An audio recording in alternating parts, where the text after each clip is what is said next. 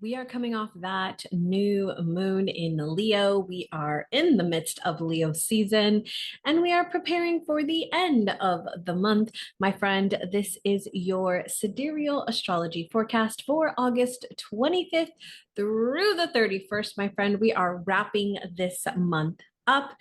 And I can't wait to share all about what's going on in this week's forecast. Welcome back to The Cosmic Mystic, where we blend strategy and soul work to help healers, coaches, conscious leaders build soul-aligned businesses that fully support their mission. I am Danny Simonis, creator of the Inner Alchemy Method, a 5-stage journey to a soul-led sovereignty where deep healing meets embodied leadership. My friend, I absolutely love guiding high-achieving introverted women to reclaim their power, embody their truth, and lead from within. I am so blessed and honored to be here to help you navigate your inner world and how that affects your outer world, and along with what is happening in our cosmos. All right, my friend, let's dive into my favorite way to kick off these videos. And as you know, if you've been here, we are going to do the state of the planets. But before we do that, I do have that reminder that if you are catching this on the YouTube channel, there is a corresponding podcast that goes with this same name. So if you just want to hear the audio version of this on the go or working, whatever it is that you're doing, my friend. I know we all listen to podcasts differently. You can take me on the go on the podcast. If you want to see the charts and you're on the podcast and you're like, wait, there's charts that I can see. Yes, come on over to the YouTube channel. You'll have links to both of those down below in the description and show notes. Plus, we've got different stuff going on the different platforms. So on the YouTube channel, we've got our Rise and Align series with our somatic breathworks. We've got past hypnosis and meditations that I've done on the channel, as well as other teachings. And then on the podcast, we've got the interviews. We've got, we just did the Leo, I was gonna say Leo Cancer season. We've just got the Leo Zodiac season that came out a couple weeks ago. So definitely check out. There's lots of stuff on both of the platforms for you to check out, my friend. So be sure to follow along, subscribe, and share with a friend. All right, here we go with our state of the planets, which is basically where is everybody as we kick off this week. So we kick off right here at 8 degrees Leo. We are in our second week of Leo season. We've got our Mercury energy right there in Cancer. It will be moving out of Cancer. It is moving out of its post shadow retrograde this week. So that is good. We'll be in the clear there. We've got Venus over here in Cancer at 5 degrees, Jupiter at 2022. Wow, that was a year. 22 degrees Gemini, and Uranus over here, 7 degrees Chiron, and Aries at 2 degrees retrograde, Neptune at 7 degrees Pisces retrograde, Saturn 6 degrees Pisces retrograde. Those guys have been hanging out for quite a while now. We've got our North Node in Aquarius, Pluto retrograde in Capricorn at 7 degrees, Mars over here in Virgo at 17 degrees. Our moon kicks off this week in Virgo, and we've got our South Node over here in Leo. All right, my friend, here's where everybody's at, but let's dive in a little bit closer. So as we kick off this week, we still have these two aspects that we've been kind of looking at. We looked at last week with the Sun square Uranus, and then we've had that trine to Chiron just a little bit longer. And the trine to Chiron will be falling off this week. But that's pretty much it, what we've got going on with the Sun this week. She's pretty much going to go through most of this week here in that Uranus energy. So you'll see by the 29th, there you go, you saw the Chiron fall off. And then by the 29th, you'll see that last day, and then she's clear before we move into September. And we'll talk about where she's headed or where he's headed. Mother, father, these energies. It's very interesting. The sun is in Leo, so we're gonna say he because Leo is but Leo is such a it's so like that always frustrates me because they're like Leo, you tend to have this more masculine energy, but Leo is also a very, very feminine energy. So, all right, enough of my ramblings. Let's move on to our moon. So, kicking off, as I mentioned earlier, the moon does kick off in I was like, this isn't, why is it not? There we go, uploading. We kick off this week right here with Virgo. So the moon is going to be in Virgo. Virgo, as I mentioned, we're coming off that new moon. So the energy is rising. Now, Leo really brought some really beautiful energy in with that new moon. And so this is where we're starting to get to work on things.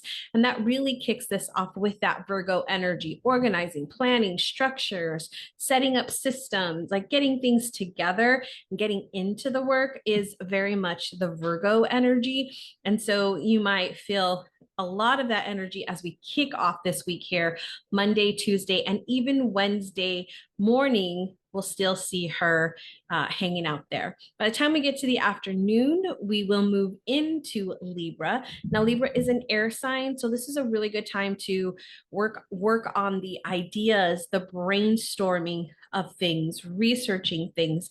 This isn't the time to actually put things in stone. It's more of the time to finish things up, like things that have already been started, or you're starting to prepare for something, getting things together. It's kind of like that. It's not the actual implementation of the thing. Although I'm not saying that you can't do that. It's just that energy is just a little bit more in that mental area. Also, because Libra is a sign of harmony and balance, seeking out balance is also really good during this time. Now, with the the moon. Get your energy straight, Danny. The sun, I keep wanting to say Sunday, and so I keep saying sun. So Saturday and Sunday, the moon will move into Scorpio. So we'll see right here, it moves into Scorpio and we'll be there through Sunday into early Monday as well. And this is the water element. So we're moving from earth, air to water. Now, water, first off, is the opportunity for you to slow down, for you to refill your cup in whatever way works for you, my friend. The beauty about Scorpio, though, is it's a very creative energy, a very emotional energy. So this is really a beautiful time for that creative energy to come out of you, that intuitiveness, that really flowing like type of energy where you can just be really creative. Now, the other aspect of that emotion is through breakthroughs, through getting deep into something, uncovering something, being able to go through and into the depths of something to come out. Now, Scorpio's really, really good at getting into the depths of something, and then coming out can be a little bit of the trickier part, but I just want to kind of give you that as this is a really creative, emotional energy. So if you're needing to do something more creative, or you're looking for like, I just can't come up with that, like how I want to express it, tune into that emotion here over the weekend. All right, let's move out of our sun and moon and move into Mercury. All right, as you see later on this week, Mercury will be moving in to Leo, but let's go back a bit and we're going to talk about a couple of things before we get there. Number one being Mercury and Chiron. You'll see the trine right here, Mercury trine Chiron. So what does that mean? Well, how do I work with that energy? So Mercury being our communication, our thinking, like how we process information and communicate, right? Chiron being our wounded healer, our wounds. So this is where we are wanting our message to be heard. We are allowing the wounds and the traumas to become an important part, an empowering part of our story. And so we're wanting to bring that to the forefront. So I would recommend, my friend, over these 5-6 days or so, the 28th through the 3rd of September, to bring that element of storytelling, weaving your message, your story, the things that you've overcome to get to this point. This is a really beautiful time to communicate it, or to work on the messaging for something, or work on the messaging for like your website, or your content, or an offer that you have, where you're really needing to weave in, this is what I believe in because this is what I've been through. Now, the next one I want to talk about comes in at the very, very end of the month, on the 31st here on Sunday, and that is Mercury and Uranus. So we talked earlier about the Sun and Uranus, I think it was last week, right? But here we have Mercury with Uranus. Now, Uranus, wherever Uranus connects with another planet, loves to stir things up, loves to create some excitement, loves to create change, loves to just do things a little bit differently. So here with Mercury, we're wanting to maybe change our daily routines, how we're interacting with others, the communication that we're stepping into might, we might get distracted easily, or there might be mishaps because we're thinking about something else and we're not really being present because we're kind of wanting to kind of buzz all over the place. This energy can be very erratic and spontaneous. And so it's like, oh, I want to go do this. And oh, I want to go do that. And it's just like, it's just kind of all over the place. And so I just want to remind you of that it might feel a little erratic. It might feel kind of all over the place. You might feel like you can't concentrate. I can't concentrate on anything. Like that definitely might be what it feels like. So some grounding practices, make sure that you're grounding yourself, that you're allowing yourself to bring in some of the mindfulness practices that you have, just to kind of keep that right grounded energy, and just remind yourself that this too shall pass, because this is only going to be till the 5th of September. So that very first week here, and then it'll move on, and we'll be fine. But the beauty of this, the reason why I love this transit though, is that it helps you see things a little bit different. It helps you try different things. Anytime we're talking about Uranus, it's bringing in a change, of a new energy of some sort. And so allow yourself to receive those ideas, those insights about something that might be, different than what you've done in the past, right? If you're looking for a change in something, this may just be that energy that you need.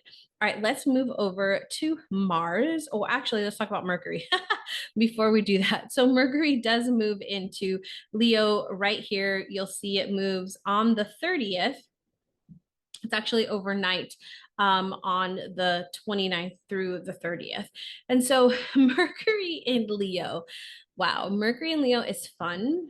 It is definitely wanting to be heard, definitely wanting to express itself, definitely wanting to get information out there. So depending on where this falls in your chart, anything between the 7th house and the 11th house, I'm going to say right now, put your stuff out there. If you have this transit happening, if you know how to read a chart, look at your chart and look at where this transit is happening. So where is Mercury right now in Leo for you? So you can look at on your chart, where's your Leo energy? What house is that Leo energy in? If it's in the 7th through the 11th, my friend, this is the time to get your message out there, to get seen, to be heard.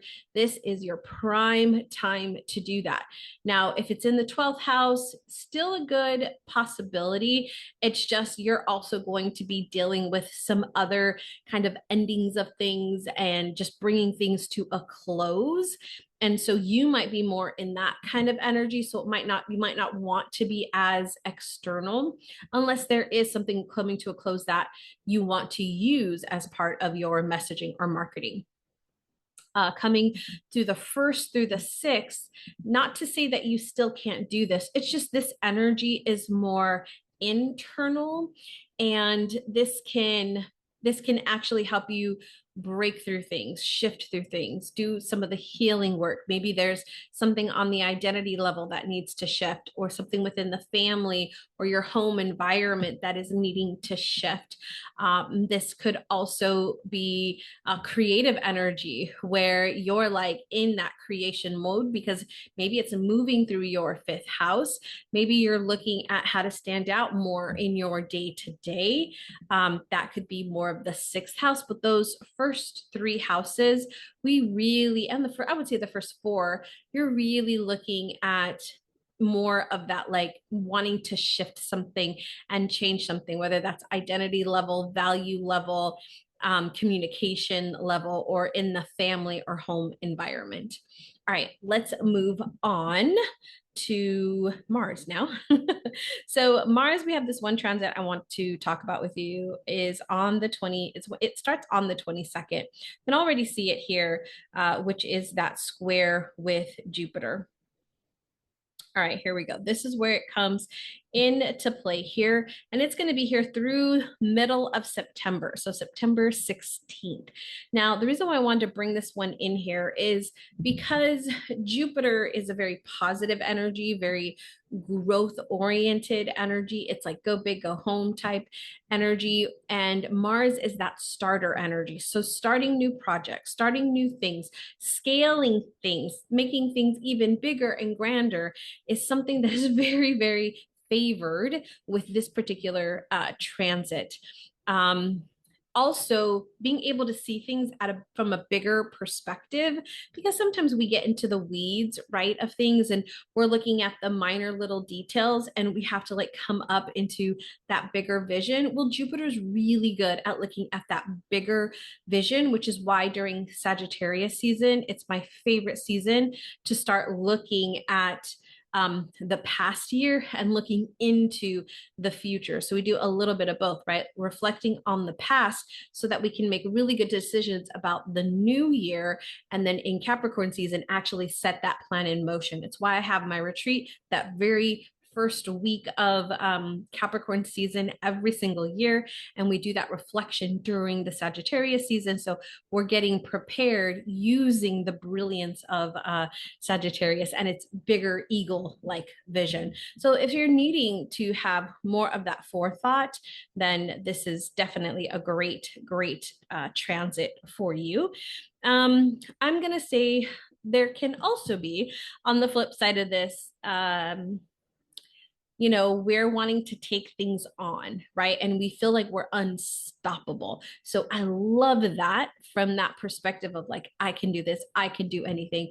I'm gonna move through this. But on the flip side of that, we could also be getting ourselves into taking on too much or doing too much, right? Where we're not saying no and we're constantly saying yes. That is something, my friend, I would very, very, I would caution you against. And also, fights, arguments, because it's like, I'm right. No, I'm right. If we think about Sagittarius knows all, right? They have that energy because they have this knowledge, right? And they're able to really see things from that bigger vision.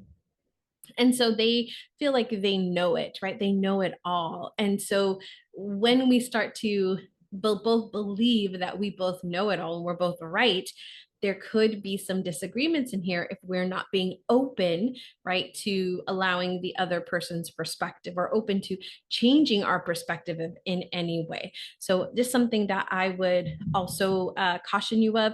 And this idea of burnout. Burnout can be very, very big with this transit because you're wanting to put out, and then you just get to that point where you can't any longer. All right, last but not least, let's look at Venus. She is over here. She's got a couple things going on. We've been talking about some of these, but we've got Let me see here. The 22nd is where these guys came in, Uranus and Neptune. So let's talk about those two. And then we also have this Pluto opposition here. So she's got a lot kind of going on just as she enters Cancer season. So we gotta love that. All right, Uranus and Venus. So let's talk about these guys right here. She's making a sextile with Uranus. So there's a lot of, again, we talk about Uranus, change, excitement, moving things up. And when we look at Venus, Venus is our beauty, it's our money, it's our relationships, it's that love energy, friendships, right? And so really great time to attract new people, attract new opportunities, financial opportunities, unexpected opportunities, meeting new people or people from different backgrounds, or somebody that you might not have ever thought. Like I think of, I've mentioned this before, I'm watching the show Survivor, and bringing these 20 people together to live together, at one point it's 10 on each tribe, and to live together. And they come from all different backgrounds, and they've got to come together and support each other and live together. It's just survive basically together. And so it's very much like that, like just different people, different experiences. And so I definitely would recommend looking at this transit as an opportunity to connect with new people or to connect with new opportunities, because I love the book Rich Relationships, and it talks about how you never know who you meet because those people know people, right? And whether that person is for you or not is not the concern. It's who might that person know that needs your services, right? And this becomes a very rich relationship because maybe we don't need each other's work. Maybe I don't need what they're offering, but I might know people who need what they're offering, or they might know people who know who need what I am offering. So just something to consider with this particular transit. All right, Venus trine Neptune. Let's look at that guy. So that's going to be this over here. Now, Venus has been trine both Neptune and Saturn. Was Saturn. Now we're bringing on the Neptune energy because those guys are conjunct, right? Now, Venus is so here's how I want you to think about this. And I'd love to share these ideas, and I hope this helps because it really helped me make sense of these kind of ideas in my head when I was learning this. So Venus is connecting with Neptune, who happens to be rooming with Saturn right now, right? So their Saturn came to visit Neptune. Here's my little story. Saturn came to visit Neptune, so they're spending some time together. And Venus is connecting with Neptune. I don't know, maybe they're FaceTiming, maybe they're texting, maybe they met on an app somewhere and they're connecting. And so she is influencing Neptune, but she's also influencing Saturn, right? Because Saturn is close to Neptune right now. So it's just like if you were to go hang out with your friend and your friend is talking to somebody, there's an influence that's happening. Whether you're involved in the conversation or not, your friend is still somehow connecting you to that information. And so they're connecting, right? And so that's kind of what this is they're all kind of intermingling, so to speak. Okay. Let's go back to our chart. So here we have Venus and Neptune. So Venus is trine Neptune, this right here. And this is more because Neptune is more of that dreamy, really intuitive, flowy type energy. We see lots more of like relaxing, creative energy, compassion energy here, wanting to support or assist or help in some type of organization or charity that helps and supports others. There's just a lot of empathy and compassion that comes through here.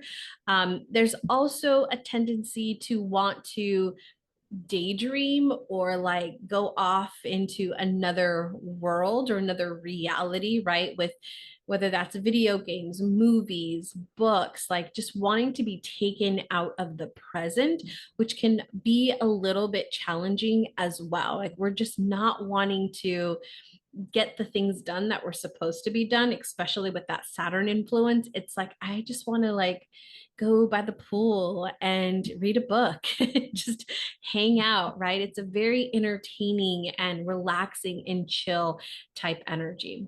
All right, now let's talk about Pluto though, because Pluto and Venus, they're in an opposition. When we talk about oppositions, there's a little bit more tension here. And so there could be some tension in close relationships.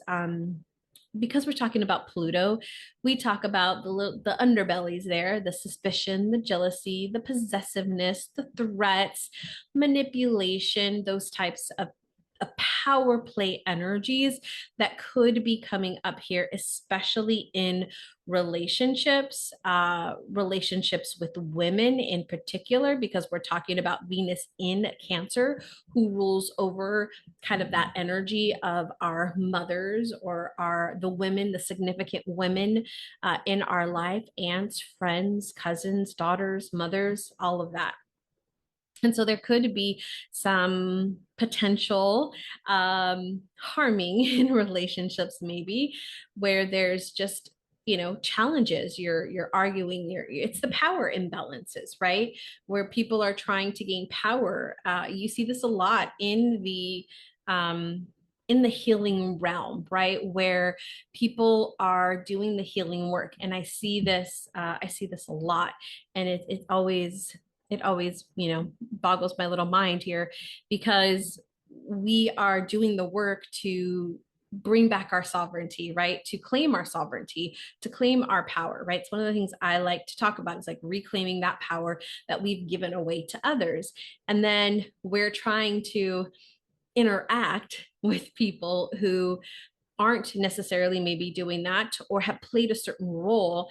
And when we don't play the role that we're supposed to play, they're like, wait a minute, I'm losing my sense of power. I'm losing the power maybe I had over you, the influence I had over you, because we're not standing for it anymore, right? We're like, no, we don't stand for that anymore. You used to be able to do that. You're not able to do that now, right? And so there's this power imbalance of, I'm trying to stay in my power, and I'm trying to stay in my power in ways that I've known in the past that I've been able to. And so there's these power struggles that can definitely happen. So I don't want you to think of it as just as like a boss kind of idea, or like, I'm the mom, you're the daughter, and so you've got to listen to me. It can also be in these subtle ways of like, I'm no longer in friendships, right? I'm no longer going to tolerate this type of energy. Like, I'm no longer going to tolerate the way that you've chosen to do things. That's just not what I'm part of anymore, right? And so that can definitely be, they're like, but wait, right? Because you've always been there, you've always done it, you've always played your part. So there can also be some of that coming up with that Venus energy that I just want to let you know, my friend. All right, that wraps us up for this week's Sidereal Astrology forecast. Be sure to check out the links down below for our August lunar journal if you missed it, our upcoming September lunar journal. Once you download one, you get all the others as they come out every single month. We've also got our Rise and Align experience coming up, so you can learn more about that. Links should be down below in the description and show notes as well. My friend, stay tuned, because we have a lot going on. Be sure to check out our Rise and Align series, both on YouTube and the podcast, and the corresponding somatic breath work to replenish, to refresh, to release. It's one of the things we do every single week, because some of these energies, some of these challenges that you might be undergoing, right? Some of the things that I've talked about today, you might be experiencing some of those things, and you might just need, my friend, some support. So we've got tons of ways to do that, whether that's on the Rise and Align series, coming into our Rise and Align experience, or maybe even some one-on-one work with me. So you can find all of that down below in the description box, my friend. Have a great week, rest of August, and I look forward to seeing you in our September overview. Until next time, my friend, remember to keep shining your unique light.